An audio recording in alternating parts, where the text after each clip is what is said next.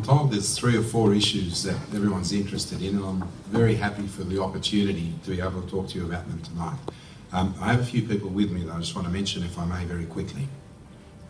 We have representatives from Campsie Police, from Bankstown Police, and from the Community Contact Unit, as well as my office, obviously. The reason we're all here, and we're here in reasonably large numbers, is because we see this as a very important issue.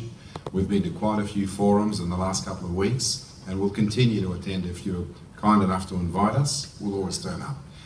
It means a lot to you. It's something that's very important to you, and therefore it is important for us, obviously. There will be others in the room who are much more expert in the background of the ADL, but I do want to make a couple of comments about them. The reality is they have very small numbers and not much of a following, apart from people obviously who sit at home on their computer. And while it is a painful thing to see the rotten, horrible stuff that is posted on the internet sometimes, it's not helpful to disseminate further and to pass on some of that stuff to your friends or whatever. All we're doing is simply perpetuating the cycle. If you do become aware of this stuff, shut it down. You don't have to have a look at it, you don't have to pass it to your friends. All it does is gives them credibility, and it gives them more credit than they actually deserve. It's best not to disseminate it any further. So that's the first bit of advice. The second thing is that I want to acknowledge the bravery of those who have come forward and made a complaint. It is a very hard thing to do for a victim of something like this, when they've been humiliated on the internet, to stand up and say, I'm not going to take it, I'm going to make a complaint, I'm going to go to the police. And we encourage that and acknowledge the bravery of those who have come forward, and we'll always be there for them. Your first port of call for reporting this should be your local area command, the nearest police station. And from there, we'll pick it up and see what we can do.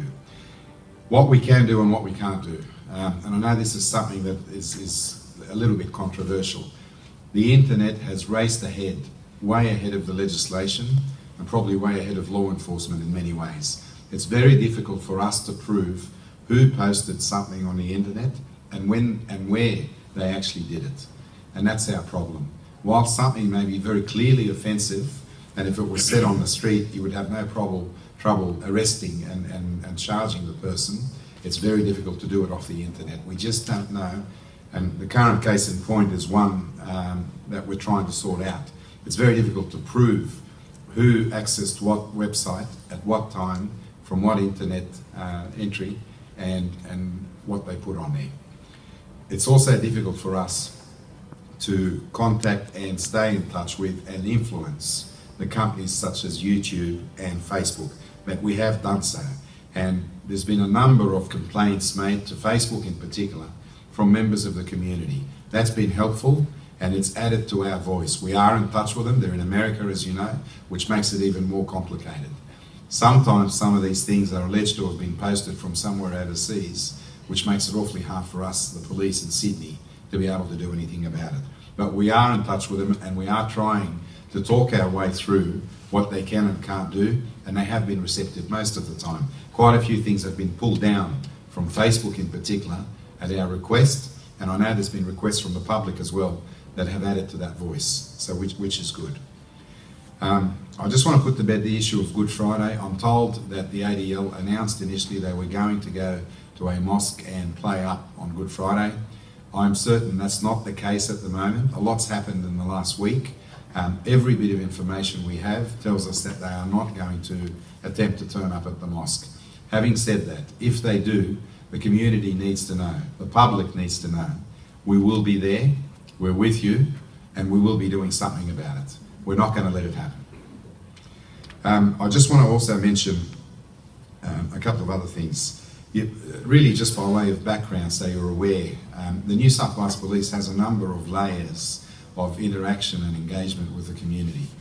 We have multicultural liaison officers in most of the stations now.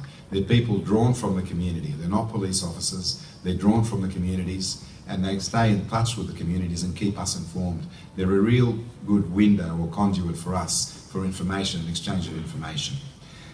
We also have, in each of the 6 regions in New South Wales, one of the superintendents is tasked with being a sponsor for multicultural issues. And they really get across their brief, and they understand a lot of what happens, and they've been very helpful. Above them, we have a corporate sponsor for the whole organisation, if you like, for multiculturalism. And for the first time, it's actually at my level, it's me. I'm the Deputy Commissioner. I'm effectively second in charge of the police. I'm in charge of all the stations in New South Wales and a few other things. And I am focused on this issue, and I am focused on your needs. The next thing we have is a committee that oversights everything I've just explained to you, called the Police Multicultural Advisory Council. It's chaired by the Commissioner of Police. The Deputy Chair is me, and it has representatives from around the communities right across New South Wales. Some of them are here tonight, and they have direct access to the CEO, or the boss of the organisation, and the number two, if you like. And we discuss all sorts of issues very regularly. They bring problems to the table. We bring our problems to the table. We tell them what we're doing. We tell them why we do and what we can't do, and we discuss all these issues. And finally, we have created a couple of years ago, a bias-motivated crime coordination area. That is an area within the police that does nothing but monitor bias, or let's call it what it is, hate-motivated crime. They effectively sit there and trawl all our systems and see if there's any incidents that fit that description, whether it's graffiti or something on the internet or whatever, study it and advise the local area commands about what to do. We have a range of other activities that I'm not going to bore you with today, including cultural awareness training, cultural diversity team, which effectively delivers a whole bunch of policy for us in relation to this stuff.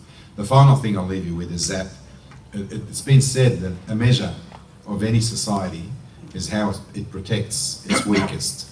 Its weakest, those who can't stand up for themselves. There have been incidents in the last few weeks where women have been picked on simply because of their religion or their appearance. It's unacceptable, we will not tolerate it, and we will be there to do something about it.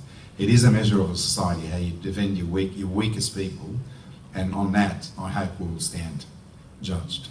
Thank you.